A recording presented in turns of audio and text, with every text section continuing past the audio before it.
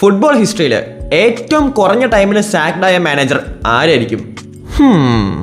ഈ സീസണിന്റെ സ്റ്റാർട്ടിങ്ങിൽ ബയർ ലെവർക്യൂസൻ എറിക് ടെൻ ഹാഗിനെ 62 ദിവസത്തിനുള്ളിൽ സാക്ക് ചെയ്തു. ആൻഡ് പുള്ളി ആകെ മാനേജ് ചെയ്ത് 3 മാച്ചസ് മാത്രമാണ്. പക്ഷേ ഇതിനെക്കാട്ടും കുറഞ്ഞ ടൈമിൽ സാക്ഡായ വേറെ മാനേജേഴ്സ് ഉണ്ട്. അവരെക്കുറിച്ച് അറിയാനൊപ്പം സബ്സ്ക്രൈബ്. മാർസലോ ബിയൽസ ഒരു എക്സ്പ്ലോസീവ് ക്യാരക്ടറാണെന്ന് എല്ലാവർക്കും അറിയാം. പുള്ളിക്ക് വേണ്ട രീതിക്ക് കാര്യങ്ങൾ പോയില്ലെങ്കിൽ പുള്ളി അപ്പം തന്നെ അവിടെ നിന്ന് ലീവ് ചെയ്യും. ഇതിൻ്റെ ഒരു എക്സാമ്പിൾ ആയിരുന്നു 2016 ഇറ്റലിയിൽ സംഭവിച്ചത്. ലാറ്റ്സിയോന്റെ ട്രാൻസ്ഫർ പോളിസി ഇഷ്ടപ്പെടാത്തതും കൊണ്ട് ബിയൽസയും ലാറ്റ്സിയോന്റെ ബോർഡുമായിട്ട് കുറെ ഫൈറ്റ്സും ഡിസഗ്രിമെന്റ്സും ഉണ്ടായി. ആൻഡ് മാനേജറായിട്ട് അപ്പോയിന്റ് ചെയ്ത് വെറും 2 ദിവസം കഴിഞ്ഞപ്പോൾ തന്നെ ബിയൽസേനെ ലാറ്റ്സിയോ സാക്ക് ചെയ്തു. പക്ഷേ ഇതിനേക്കാൾ ചെറിയ ടൈമിൽ സാക്ഡായ വേറൊരു മാനേജർ ഉണ്ട്. അതായിരുന്നു ലീറോയ് റൊസീനിയർ. 2007 ടോർക്കി യുണൈറ്റഡ് എന്ന ഫുട്ബോൾ ക്ലബ്ബ് റൊസീനിയറിനെ അവരുടെ മാനേജറായിട്ട് അപ്പോയിന്റ് ചെയ്തു.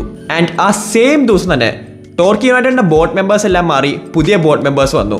ആൻഡ് ഇവര് റൊസീനിയറിനെ സാക്കും ചെയ്തു. റൊസീനിയർ ടോർക്കി യുണൈറ്റഡ് മാനേജ് ചെയ്ത് ആകെ 10 മിനിറ്റ് മാത്രമാണ്. ആൻഡ് ഇതാണ് ഫുട്ബോൾ ഹിസ്റ്ററിയിലെ ഏറ്റവും ഷോർട്ടസ്റ്റ് മാനേജറിയൽ റെയിൻ.